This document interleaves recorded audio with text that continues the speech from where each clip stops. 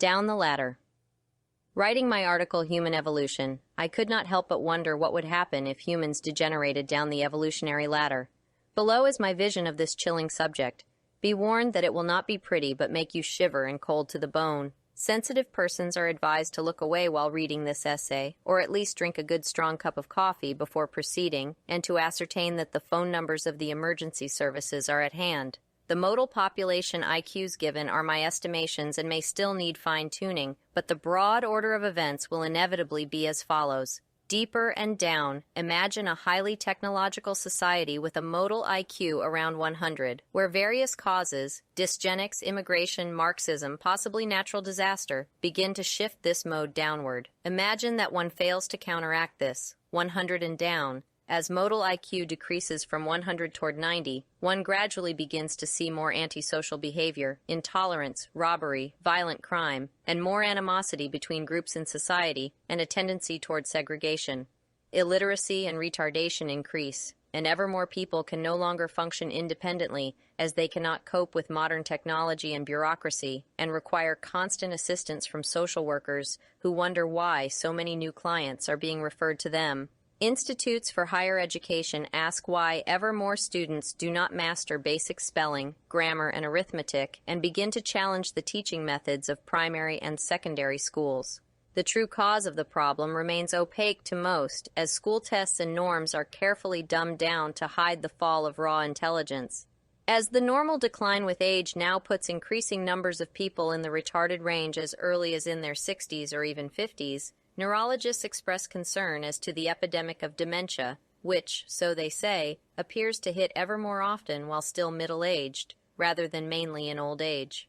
The few authors and public figures who dare point to the danger and causes of this decadence are branded as racists, lose their jobs, or fall victim to assassins, the secret executioners of the neo-Marxist elite that holds free speech in its iron stranglehold to prevent anyone from violating the taboo.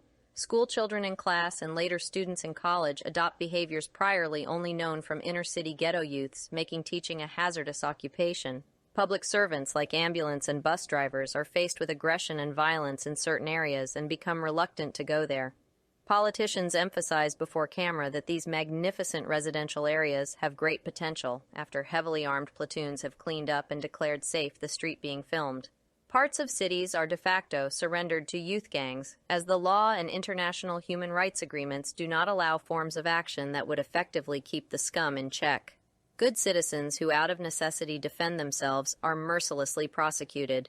It is a public secret that organized crime has long infiltrated the judicial system and mainstream politics to ensure the continuing velvet approach to crime and prohibition of sufficient defense violence. Gun control is tightened as criminals prefer their victims unarmed. Laws are put in place to make it compulsory for robbery victims to surrender their possessions without resistance. It is more rewarding to be bad than to be good. 90 and down. When modal IQ drops below 90, one stops being an industrial society and loses high technology. There is a sharp increase in crime, violence, and cruelty, and it becomes less safe for almost everyone. One finally abandons restrictive human rights conventions, and those responsible for the previous softness on crime and other dysgenic policies are publicly executed. Society is kept together by strict rule, and corporal punishment and death penalty are used frequently as that is required to keep people from this IQ range under control. Modern medical care and formal education are only available to limited groups. The system of rule becomes more authoritarian and shifts from democracy toward fascism, not out of ideology or desire to oppress, but out of necessity. There will be some kind of strong hierarchy, like racial segregation, a caste system, or feudality. The minority of good people left are allowed to carry heavy arms and summarily execute the ransacking, murdering, raping hordes of degenerates that scourge the land, 80 and down. When modal IQ drops below 80, one loses large-scale organization and stops keeping written records. In other words, one enters prehistory. One now lives in local settlements as farmers in modest houses and no longer produces impressive architecture or builds large cities. One is working hard, sometimes over 14 hours a day, and advanced science. Individuals in this IQ range learn to read and write because they are taught that in schools. But when almost everyone is in this range, there are no schools and no teachers, and no one learns to read and write, and any remaining books are used as fuel to heat the house, not knowing what they originally were for. 75 and down.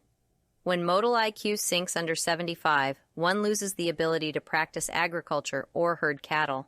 One can no longer produce enough food to sustain oneself in significant numbers, and famine thins out population density to the level compatible with a hunter-gatherer lifestyle in the relevant environment, which may be no more than one individual per 10 square kilometers. Once even the most primitive forms of slash-and-burn agriculture have been forgotten. In other words, almost everyone dies. What remains are tribes of a few dozen to a few hundred people who move on as they exhaust the local habitat, living in quickly built huts or in caves or left behind houses where available. 70 and down. As the decline goes on and modal IQ drops below 70, one stops producing art and the huts get ever simpler. Deceased are no longer buried or ritually cremated, but left behind as waste, used to fuel the nightly fires or cannibalized. It is now doubtful if one is still Homo sapiens. One is in transition, becoming a non-sapient species. This lifestyle can be kept up for long and requires little effort. After all, many animals can hunt and gather food too. If nevertheless the degeneration cannot be stopped, the next important landmark is reached, 60 and down. As modal IQ gets downward of 60, one loses the ability to make and use fire. As a result, one can no longer chase prey animals with fire, live in caves, too dark, live in cold climates, requires fire, keep wild animals away with fire, or cook food. One lives outdoors, unhoused, and only in warm areas where there may be dangerous animals. Raw food has lower nutritional value, so brain size shrinks rapidly, and one stops being sapient. Of the genus Homo one still is, but there is no one around to think of a new species name. Survival is now much harder than it was before. 55 and down. When modal IQ goes below 55, the unthinkable happens. One loses the ability to communicate through language, that is, speech. Not that one can physically not speak, but intelligence is simply too low to understand language, and there is no one around to teach one to speak, as almost everyone is in this intelligence range now. Therefore, one can no longer cooperate, organize, and coordinate in hunting and other activities, and is more on one's own.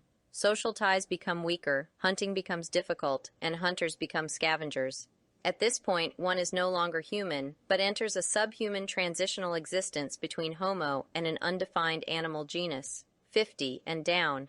And when modal IQ sinks under 50, one loses the ability to make tools or weapons. One now has to go for food with one's bare hands, without means to defend oneself against wild animals, and without communication. The hunters have become the hunted. One assumes a stooped posture to be less conspicuous, carrying one's hands close to the ground to readily pick up small crawling animals for immediate consumption. As a nonverbal and sometimes solitary scavenger and prey animal, no longer fully bipedal, one has become of a non-human genus.